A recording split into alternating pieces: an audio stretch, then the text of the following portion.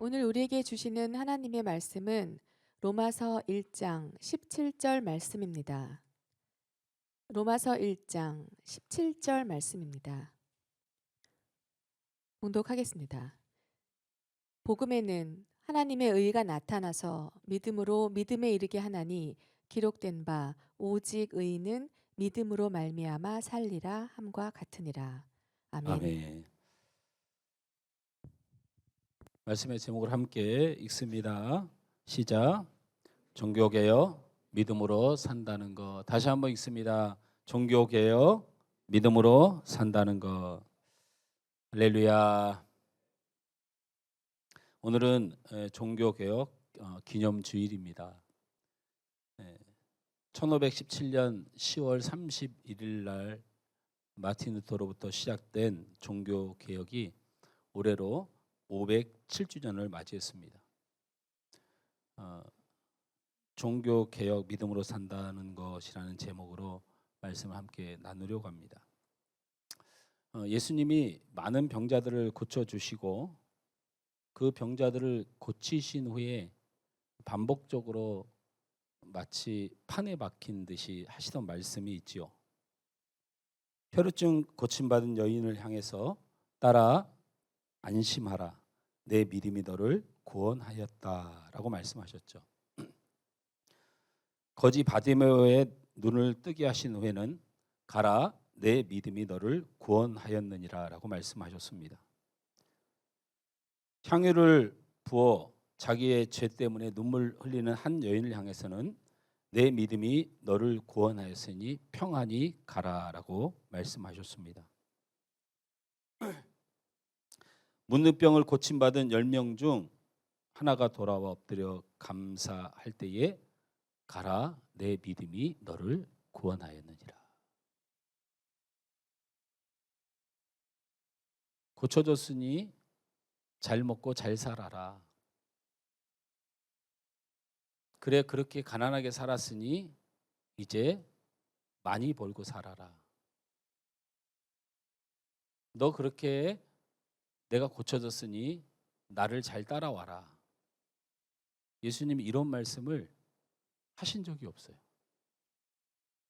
그 질병과 그리고 그 가난에 대한 언급, 치료를 받았으면 건강하게 살라든지 가난하게 살았으면 고쳐서 풍부하게 살라든지 혈우병으로 저주받은 여인의 살을 살았으면 이제 그것이 나았으니 율법에 의하여 너는 온전한 삶을 살 수 있다고 용기를 주지 않았어요. 예수님은 한결같이 이렇게 말씀하셨죠. 내 믿음이 너를 구원하였으니 평안하라. 우리는 예수님을 믿으면서 이 여인들, 이 거지처럼 때로는 우리가 믿음으로 인하여 우리의 마음이 평안한가에 대한 생각을 해봐야 돼요. 예수님 우리에게 이런 믿음의 축복을 하셨죠. 예수님은 예수님을 믿음으로 구원을 받았다는 사실을 반복적으로 선포하셨습니다.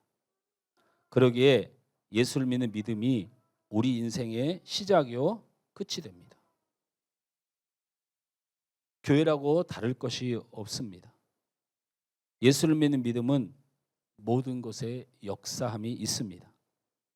이런 예수를 믿고 살아가실 주님을 축원합니다. 오직하면 예수님이 가난한 자에게도 병든 자에게도 교만한 자에게도 그리고 높은 자에게도 서기관과 바리새인에게도 예수님이 가장 좋은 것을 말씀하지 않으셨겠습니까? 내 믿음이 너를 구원하였으니 평안하라. 그럼 믿음으로 사신 여러분 되길 주님으로 축원합니다. 우리가 자주 듣던 믿음으로 구원받는다는 사실은 어느 학자나 종교 개혁자들의 주장이 아니라 바로 예수님의 선언입니다. 종교 개혁이 일어난 원인이 무엇이냐고 질문하면 다른 건 잘 기억 못해도 면죄부는 좀 기억을 하고 이게 어떻게 되는지 자세는 몰라도 그게 원인이 됐다는 것은 일반적인 상식입니다. 로마에 있는 베드로 성당을 짓기 위해서 많은 돈이 필요했던 교황과 사제들이 이 돈을 모을 방법이 없을까 생각해서 면벌부, 면제부를 돈을 받고 팔기 시작했고, 예수를 믿고 천국을 가는 성경 말씀이 있음에도 불구하고 연옥이라는 것을 만들어서 갑자기 그리스도교 안에 헌금을 많이 하면 연옥에서 천국으로 갈 수 있다는 조상 숭배가 생기더니, 이런 조상 숭배가 우상인 줄 모르고 온 인류 안에 긍정적인 효과를 나타내서 아시아를 와도 조상을 섬겨, 아프리카를 가도 조상을 섬겨,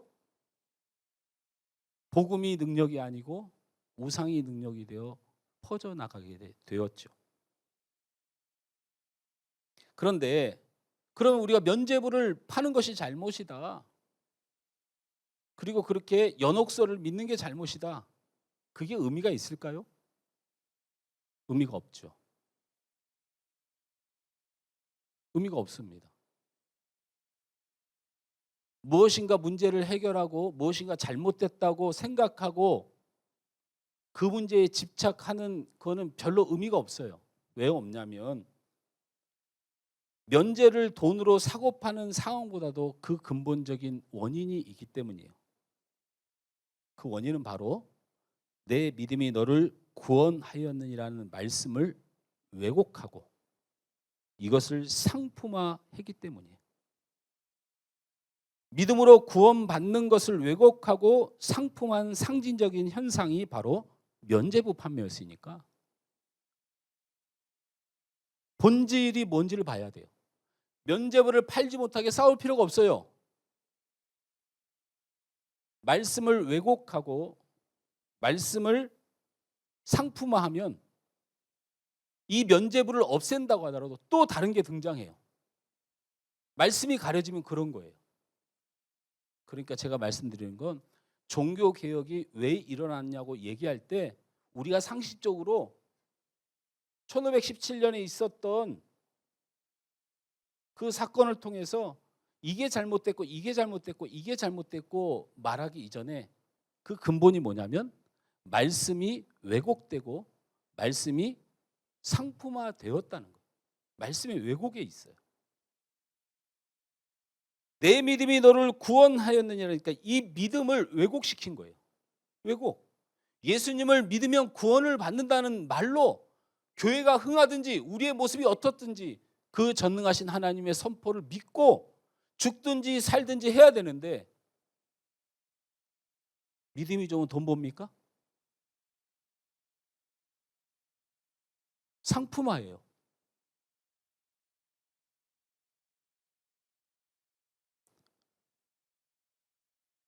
그 상품화가 물러가더니 우상화가 됐죠. 목사가 신이 되고 장로가 신이 되고. 교회가 그런 곳입니까? 오늘 종교개혁주의를 맞이해서 왜 종교개혁이 일어날 수밖에 없었는가, 그 근본적인 이유를 하나씩 하나씩 살펴보면서 우리 믿음의 사람들이 앞으로 신앙생활을 하면서 507년 전의 종교개혁 정신을 본받고 이어가는 결단과 은혜의 시간이 되시길 주님으로 축원합니다. 종교개혁이 일어날 수밖에 없었던 이유, 첫째로 예수 그리스도가 교회의 주인의 자리에서 점점 배제되었기 때문에, 그게 종교개혁의 원인이에요.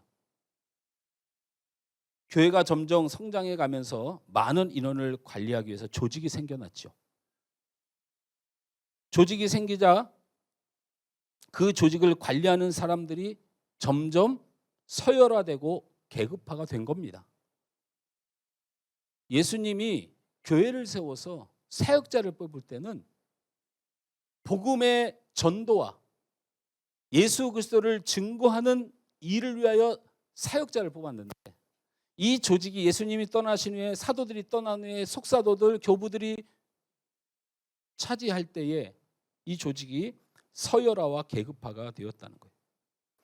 서열에 따라서 권한도 점점 많아졌고 이렇게 기형적으로 만들어진 조직의 정점이 교황제대이고 사제제도입니다.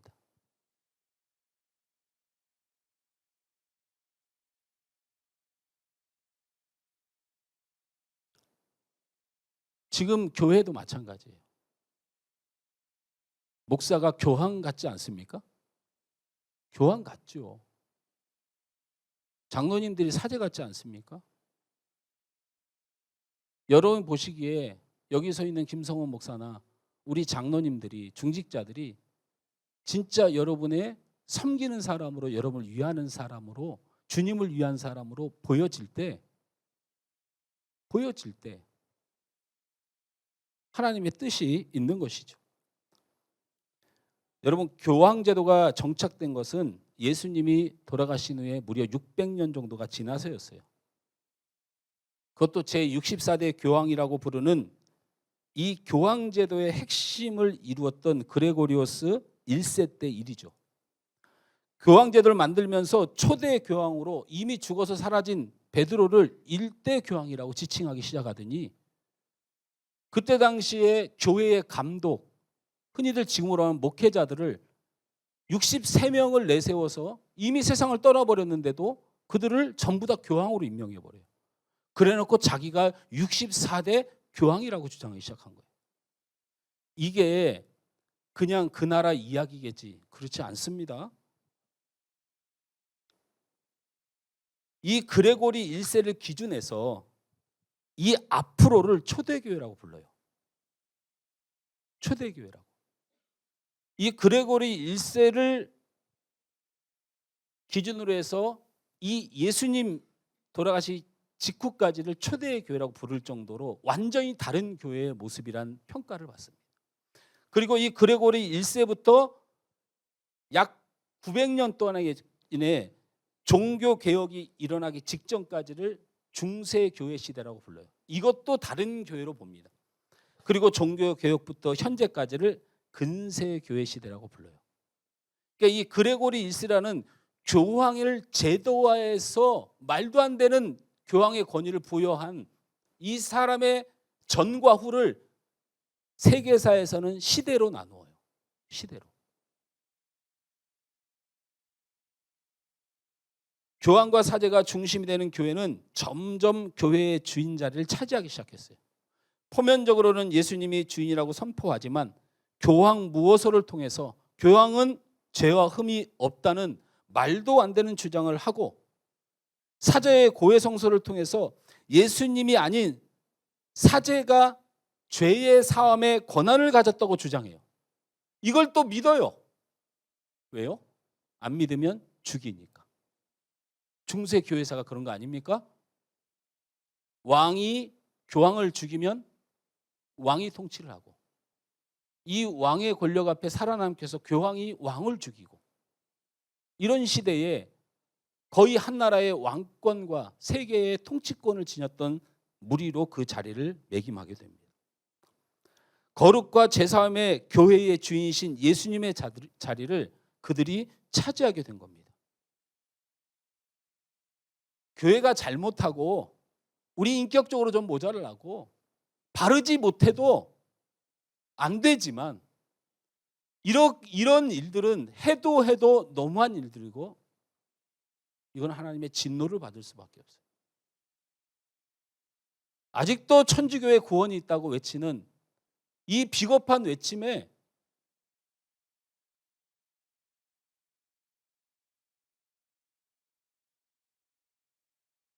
교황이 흠이 없으신 예수님의 자리에 앉아서 무한 권력을 행사하고 사제들이 예수님의 죄사함의 권세를 마음껏 유린하고 그 죄를 씻기 위하여 예수님이 어떻게 돌아가셨는지를 잊어버리고 그렇게 값싼 죄를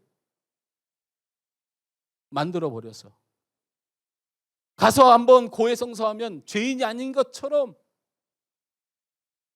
우린 평생 죄인의 가슴으로 살아가는데 주님의 은혜가 아니면 이 죄를 씻을 수 없어서 우리는 낮아지고 겸손해지고 엎드러지며 그 하나님 앞에 순종하는 신앙을 갖는데 죄를 사제가 사해 주니 그들이 다 어디다 무릎을 꿇고 그 통회함을 가질 수가 있겠습니까?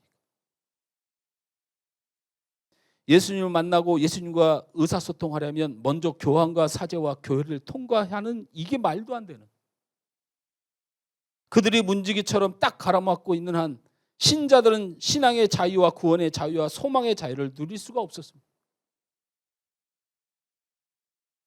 이게 바리새인과 서기관과 제사장들이 주님 만나자고 하나님 만나자고 오는 사람들에게 돈 뺏고 그 성전을 가로막을 때 우리 예수님이 말씀하셨어요. 진리가 너희를 자유케 하리라.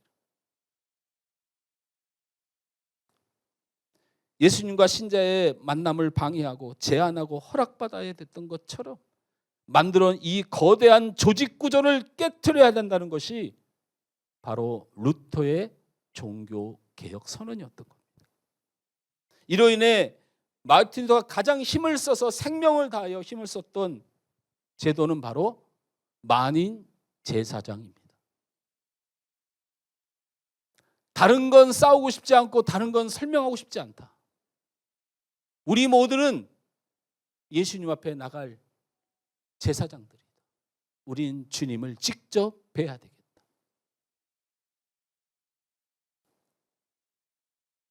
예수님을 만나는 데 있어서 교황이나 사제를 통하지 않고 예수님께 누구라도 나아갈 수 있다는 것이 만인 제사장설의 핵심입니다.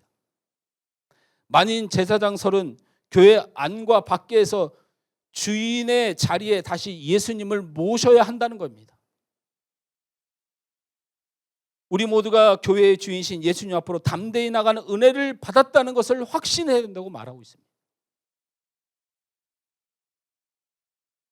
이렇게 종교계의 근본 정신은 주인의 자리에 점점 밀려나 있는 예수님을 다시 우리의 주인으로, 교회의 주인으로 회복시키는 회복 운동이었습니다. 그래서 우리는 이미 예배를 통하여, 기도를 통하여, 우리의 헌신을 통하여 우린 주의 이름을 부르며 나아갈 수 있고 주님과 동행하며 주님의 일을 할 수 있는 만인 제사장들이 된 것입니다.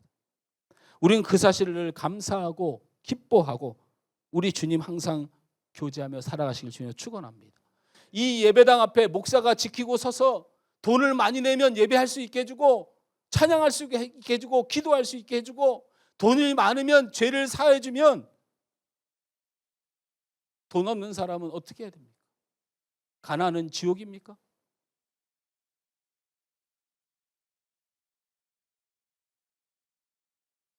문제는 너무 가슴 아픈 일은 우리가 만인 제사장으로 예수님께 나아가기 위하여 우리의 선배들 루터를 비롯한 쯔빙글리, 얀 후스, 존 낙스, 칼빈, 이 중에 태반이 화형을 당하고 온몸이 찢길 때까지 포기하지 않았던, 왜 성도들을 막느냐? 왜 그들을 힘들게 하느냐? 그렇게 지켜냈더니 자유를 줬더니 우리가 안 나가. 우리가 안 나가. 예배가 생명이 못 돼. 얘 선택하는 거야 그냥. 기도가 의미가 없어. 안 해. 누구는 생명을 다하여 주님 앞에 나아가도록 길을 열기 위하여 목숨을 다했는데 종교개혁 이전이나 후나 앞에는 가로막아서 못 나갔으니 저는 주님 앞에 가면 천국은 갈 것 같지만 가로막는 게 없어도 예배를 안 드려. 기도를 안 해. 이건 하나님 앞에서 어떻게 계산하시려고 그럽니까?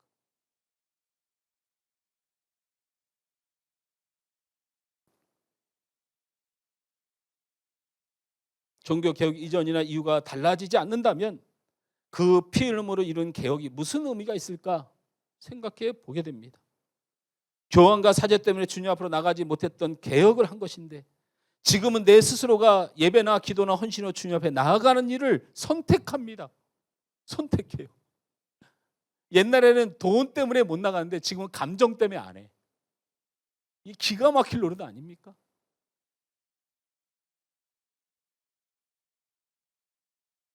얼마나 애통할 일입니까?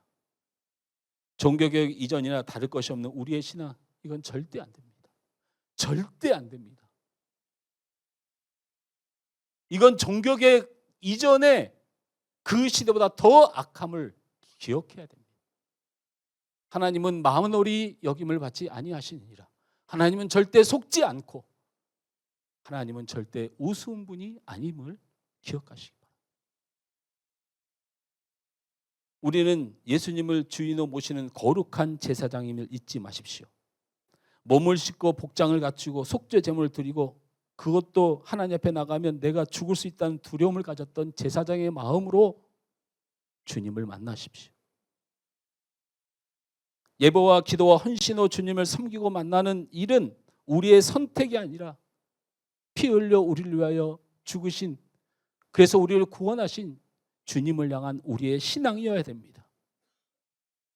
내 시간의 주인, 내 가정의 주인, 내 인생의 주인을 주님으로 모십시오. 그리고 승부를 보십시오.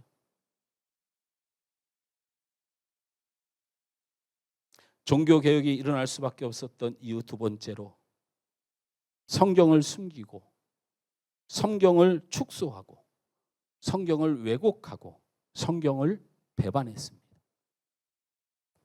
종교개혁 당시 카톨릭 교회는 일부러 성경을 라틴어로 된 성경만을 사용했습니다. 이게 악한 것입니다.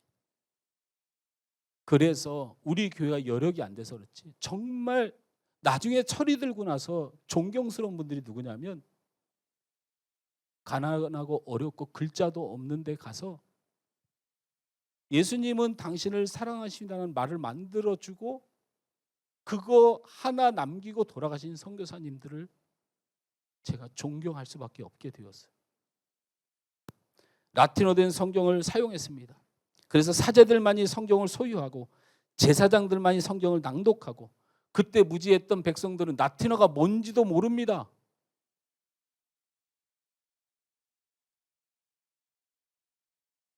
사제들만이 성경을 해석해 주었습니다. 일반인들은 성경 자체를 접근하지도 못했을 뿐만 아니고 성경을 해석하는 사람들은 다 목을 쳐서 죽였어요. 이게 지금 말입니까 뭡니까 이게? 무엇을 그렇게 숨기고 싶고 무엇을 그렇게 피하고 싶었던 것일까요?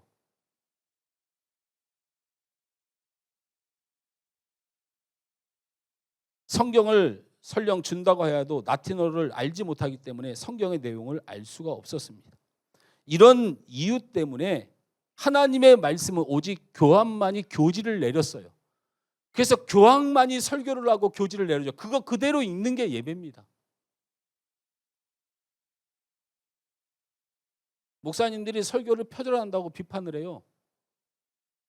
근데 카톨릭 교황이 전 세계에 있는 교회에 표절을 시켜도 교황 욕하는 사람이 단 한 명도 없어요.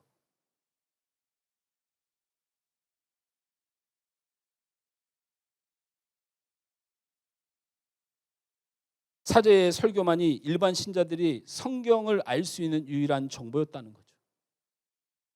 저는 이게 종교개혁이 일어나야 되는 원인이었는데, 문제는 우리 성도들도 지금 그러고 있다는 거예요. 말씀을 보고 말씀을 듣는 일이 주일날 목사님 설교 한 편으로 다라는 거예요. 종교개혁 이전과 후가 뭐가 달라져서 하나님 앞에 어떤 평가를 받을지 저는 잘 모르겠지만, 지금은 사제들이, 옛날엔 사제들이 맡고 교황들이 맡고 그걸로 인하여 자기의 높임을 받는 것으로 심판을 받는다면, 그런 모든 방해에서가 사라졌는데도 우리는 말씀을 보지 않고 말씀을 공부하지 않아요. 누구는 생명을 바쳐서 말씀을 우리에게 돌려주고 싶었는데, 우린 우리 앞에 쌓여진 성경을 놓고도 말씀을 보지 않는다면 하나님은 만월이 여김을 당하지 않으십니다.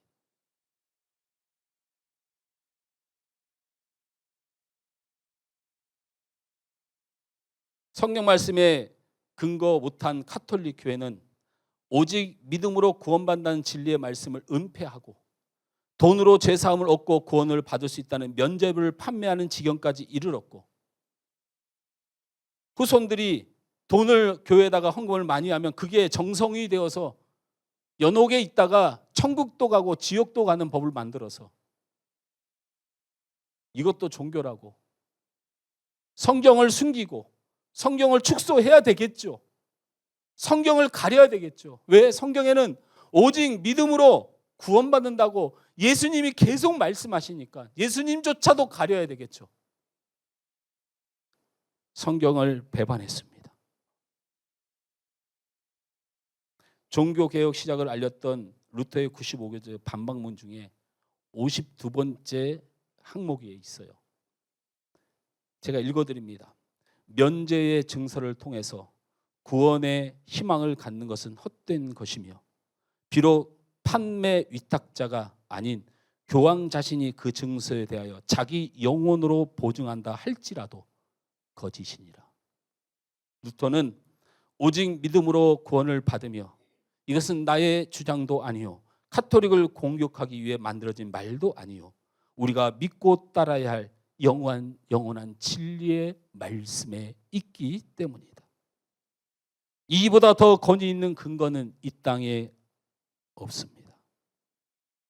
마틴 루터는 이곳저곳에 설교하면서 그의 설교 전문 중에 대다수가 이런 말이 써 있어서 옮겨봤습니다. 성경을 아는 평신도가 성경을 모르는 교황보다 훨씬 신령함을 아셔야 합니다. 오직 성경만이 우리의 궁극적 권위입니다. 그러기에 성경이 다른 모든 것들의 맨 앞에 자리하게 하여야 합니다. 그리고 성경이 교회와 성도의 삶의 형태와 방향이 되어야 합니다. 우리는 하나님의 말씀으로 충분한가에 대하여 분명히 하나님 앞에 대답해야 합니다. 많은 교회가 성경이 하나님의 말씀이며 삶의 유일한 법칙이라고 하면서도 실제로는 성경을 무시하고 다른 것들을 앞세우고 있습니다. 사랑하는 성도 여러분, 이제는 우리가 성경으로 돌아가야 합니다.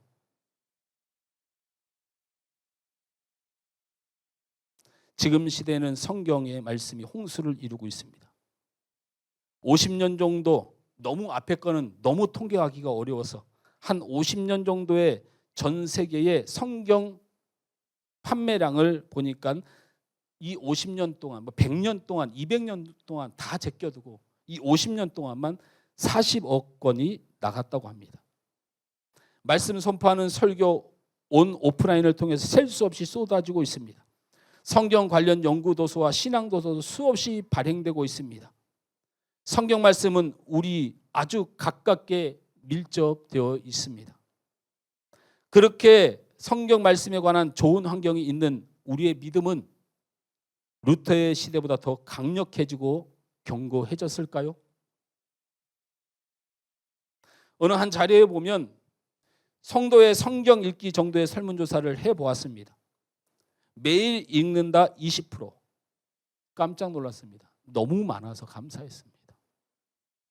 진짜 진심입니다. 제가 이 자료를 제가 통계를 낸 게 아니기 때문에 통계를 내는 그 전문하는 곳에서 통계를 냈는데 우리 개신교인 중에 매일 성경을 읽는 사람이 20%나 된다는 거예요. 할렐루야. 우리 교회는 몇 프로입니까? 100%? 우리 지난주에 우리 중고등부 청년부 예배를 참석해 보니까 다시 큐티하기 해가지고 뭐 하더라고. 뭐 전사님 상품 걸었습니까? 상품? 예? 돈을 걸었어요? 아니 종교개혁주일이에요. 오늘 돈으로 말씀을 팝니까? 아니, 안 물어볼 걸 그랬네. 갑자기 은혜가 확 달아나네. 돈을 걸었어요? 어쩐지 우리 준혁이가 바닥바닥 성경을 읽어요. 그럴 일이 전혀 없는 친구거든요. 저 친구는 돈이 중요했군요. 우리 선생님 교육을 아주 잘하고 있네. 일주일에 한 번 정도, 두 번 정도 본다. 20%. 일주일에 한 번 미만 또는 솔직히 거의 성경을 보지 않는다가 60%. 성경을 잘 읽지 못하는 이유로 의지가 약해서 40%, 습관이 안 돼서 30%, 삶이 너무 바빠서 30%. 자이든 타이든 신자들이 성경을 가까이 하는 것이 점점 줄어들고 있는데요. 여러분이 성경을 안 보면 여러분의 자녀들은 성경을 보게 될 것 같습니까? 그런 일은 절대 일어나지 않습니다. 우리 자녀들이 성경을 안 보면 이 시대가 얼마나 갈 것 같습니까? 내 말이 땅 끝까지 이르러야 내가 오리라 말씀하셨죠? 이 말씀을 제 식으로 번역하면 이렇습니다. 우리의 삶에서 성경이 읽혀지지 않을 때 더 이상 이 땅에 성경을 보는 자들이 없을 때라고 들려집니다.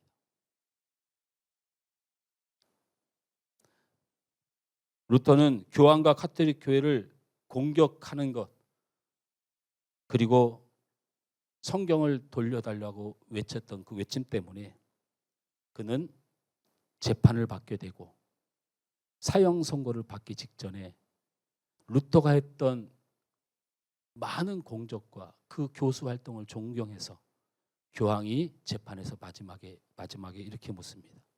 지금 한마디만 해다오.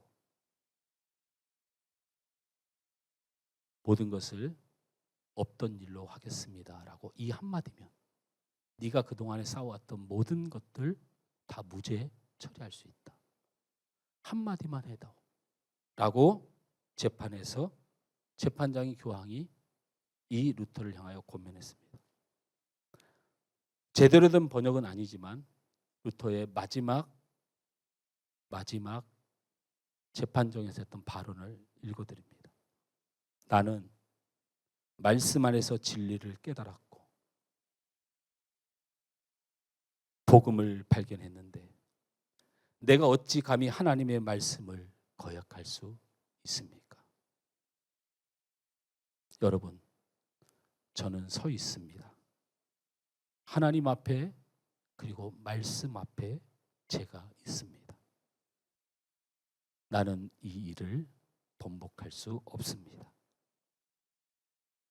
이게 재판장에게 했던 마지막 말이고 고개를 들어 이렇게 말했습니다. 하나님, 제가 말씀 앞에 서 있습니다. 저를 도와주세요. 생명과 맞바꾼 절규의 소리를 우리는 들어야 합니다. 저는 더 나아가 성경 읽기를 하지 말라고 지난주에 여러분에게 말했습니다. 그렇게 주문서 읽듯이 읽을 바에는 읽지 말라고 했습니다. 10년, 20년 전 성경을 읽어도 그게 주문서지 그게 무슨 말씀인지를 전혀 모르면서 그러나 제 간절함은 성경 읽기를 무시하고 싶은 마음이 아니고 여러분 성경을 붙들고 애쓰시는 인생 되시길 주님으로 축원합니다. 종교개혁의 본질이 무엇입니까? 그 피 흘린 개혁의 본질이 무엇입니까? 성경을 우리에게 돌려주는 것이었습니다. 루터의 시대에는 교회법과 조직의 권위에 의해 강압적으로 말씀이 차단되었지만 이 시대는 자발적으로 그 말씀을 포기하고 있습니다. 안 됩니다. 종교개혁 이전이나 지금은 달라야 합니다. 우리가 성경을 공부하고 바라보고 간절히 사모하지 않는다면 우리는 아무것도 아님을 아셔야 됩니다. 그리고 우리는 아무것도 할 수 없음을 아셔야 됩니다. 성경이 없이 존재하는 것도 문제고 성경이 없이 내가 일을 하는 것도 문제고 성경이 없이 신앙과 교회가 세워지는 것도 문제입니다. 교회의 문제와 성도의 문제는 성경 없이 일꾼이 되고 성경 없이 교회가 된다는 게 문제인 겁니다.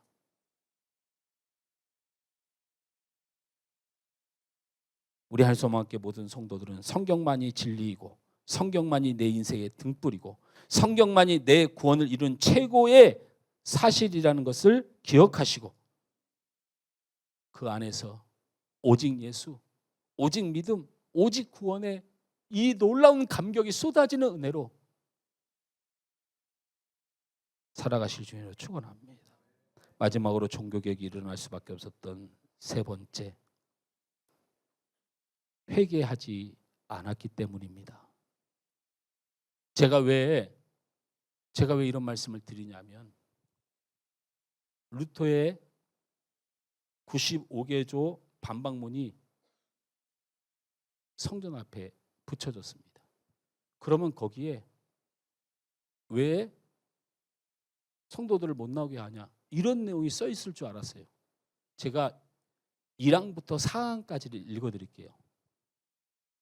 저도 95개조 95항을 전체 다 보지를 못했어요.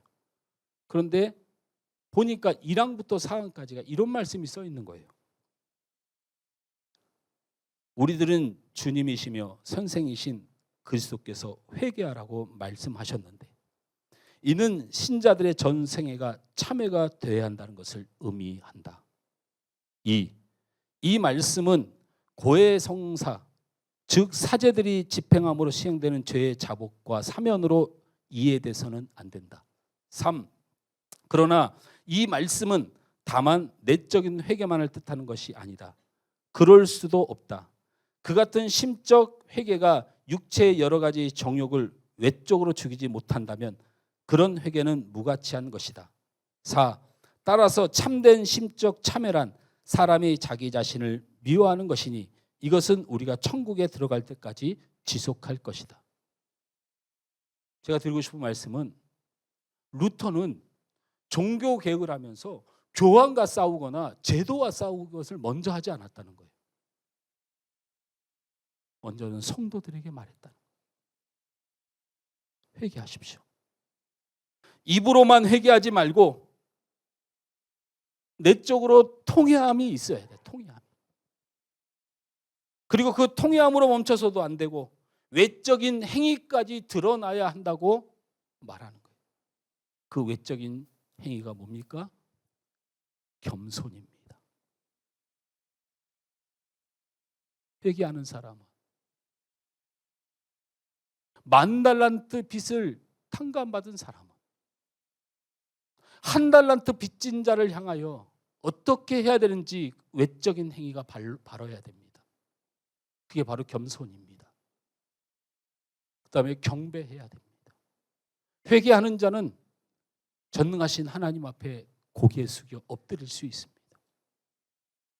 내 가정의 문제, 물질의 문제, 건강의 문제 앞에서도 그 전능하신 하나님 앞에 고개 숙일 수 있습니다. 왜 그러냐면 회개하는 심령이 있는 사람은 이 모든 개혁을 할 수 있습니다. 내가 회개할 자가 아니라고 생각하고 교만하고 이런 사람은 신앙의 어떤 것도 이룰 수가 없습니다. 여러분, 종교 개혁자들이 5가지의 정신을 정립했지요. 오직 성경, 오직 그리스도, 오직 은혜, 오직 믿음, 오직 하나님께 영광. 들으셨죠? 들어보셨죠? 루터는 이 5가지의 절대적인 신앙은 회개하는 심령에서만 찾을 수 있다고 말하고 있어요. 우리는 거창한 개혁 정신을 다 이해하지 못해도 상관없습니다. 오직 성경, 오직 그리스도, 오직 은혜, 오직 믿음, 오직 하나님께 영광, 이렇게 살아가야 되는데 이게 뭔지를 몰라도 됩니다. 그런데 내가 회개하는 사람이 된다면, 내가 주님의 십자가 앞에 얼마나 큰 죄인이며 내가 그 십자가의 은혜가 아니면 살 수 없었다는 이 인간의 본질을 아는 것이 은혜이고 믿음이고 성경이고 예수이고, 이것이 하나님의 영광과 기쁨을 돌릴 시작이라는 사실이는 거예요. 거창한 개혁 정신 다 이해하지 않아도 됩니다. 개혁 정신을 무시하자는 것이 아니고 가장 기초적인 신앙의 본질은 회개고, 모든 만물의 근본은 하나님 앞에 서게 된다는 사실을 두렵고 떨림으로 바라보는 거예요.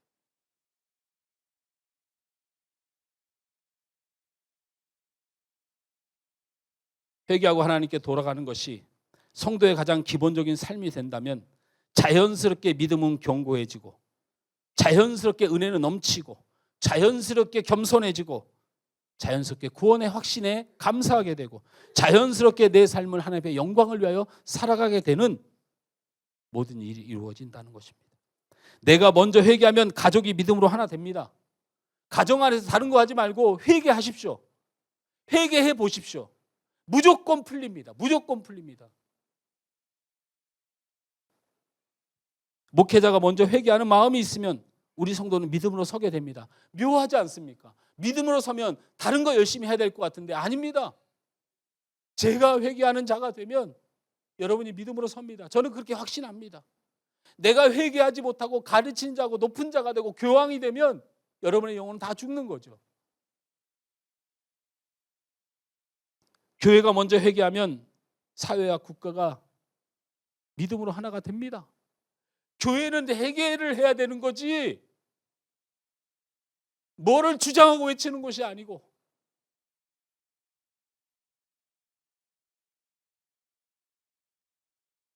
저부터 회개에 힘쓰겠습니다. 우리 모두 동참해 주시길 바랍니다.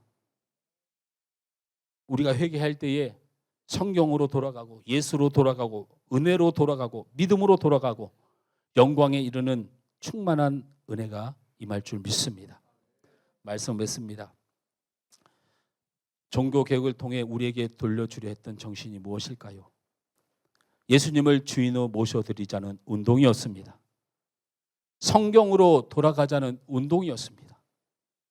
회개에 힘쓰자는 운동이었습니다. 그런데 그 피 흘린 개혁이 지금 우리에게 주인된 주님을 대하는 모습이 없고, 말씀을 대하는 모습이 없고, 회개하는 애통함이 없다면 종교 개혁 이전이나 지금이나 다를 것이 없을 뿐만 아니고, 엄격하게 말하면 지금 이 시대는 하나님의 더 큰 진노를 당할 시대인 게 분명합니다. 종교개혁 507주년이 지난 이 시대에 우린 다시 한번 믿음의 각성을 결단하시길 주님으로 축원합니다. 오늘 이 시간에 종교개혁운동의 정신에 새롭게 무장하고 다시 회복으로 나아가고자 하는 우리 하늘소망교회 성도들이 되시길 주님으로 축원합니다. 우리 찬양 함께 찬양.